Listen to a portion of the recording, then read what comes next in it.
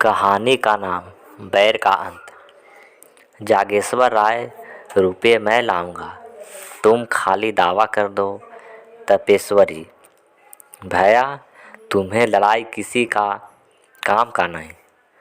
जागेश्वर, यह नहीं देखा जाता कि वे जायदाद लेकर मज़े उड़ावे और हम मुँह ताके। मैं अदालत का खर्चा दे दूंगा, इस ज़मीन के पीछे बिक जाऊंगा, पर उनका गला न छोड़ूंगा। तपेश्वरी, अगर ज़मीन मिल गई तो तुम अपने रुपये के एवज में ले लोगे, मेरे हाथ क्या लगेगा, मैं भाई से क्या बुरी बनूं। जागेश्वरी, ज़मीन आप ले लीजिएगा, मैं केवल चच्चा साहब का घमंड तोड़ना चाहता हूँ। तापेश्वरी, अच्छा जाओ, मेरी तरफ से दावा कर दो।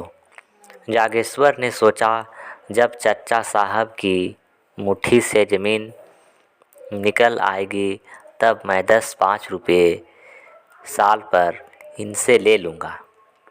इन्हें अभी कौड़ी नहीं मिलती, जो कुछ मिलेगा उसी को बहुत समझेंगे। दूसरे दिन दावा कर दिया। मुंसिफ के इजलास में मुकदमा पेश हुआ। विश्वेश्वरी राय ने सिद्ध किया कि तपेश्वरी सिद्धेश्वरी राय की कन्या ही नहीं है। गांव के आदमी पर विश्वेश्वर का दबाव था। सब लोग उनसे रुपये पैसे उधार ले जाते थे, मामले मुकदमे में उनसे सलाहें लेते थे। सब ने अदालत में बयान किया कि हम लोगों ने कभी भी तपेश्वरी को नहीं देखा। सिद्धेश्वर के कोई लड़की ही नहीं थी। जागेश्वर ने बड़े बड़े वकीलों से पैरवी कराई, बहुत धन खर्चा किया, लेकिन मुंसिफ ने उसके विरुद्ध फैसला सुनाया। बेचारा हताश हो गया। विश्वेश्वरी की अदालत में सबसे जान पहचान थी।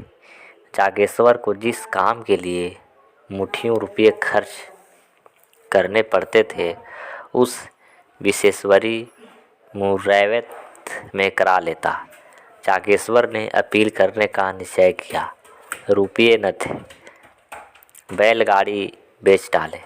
अपील हुई, महीनों मुकदमे चला। बेचारा सुबह से शाम तक कचहरी के अमलों और वकीलों की खुशामद किया करता। रुपये उठ गए, महाजनों से ऋण लिया। अब की इसकी डिग्री हो गई, 500 का बोझ सिर पर हो गया, पर अब जीत से आंसू पोंछ दिए। विश्वेश्वरी राय ने हाईकोर्ट में अपील की। जागेश्वर को अब कहीं से रुपये न मिले। विवश होकर अपने हिस्से की ज़मीन रेहन पर रखी। फिर घर बेचने की नौबत आई, यहाँ तक कि स्त्रियों के गहने भी बिक गए। अंत में हाई कोर्ट से भी उसकी जीत हो गई। आंदोलन में बची खुची पूंजी भी निकल गई। 1000 पर पानी फिर गया।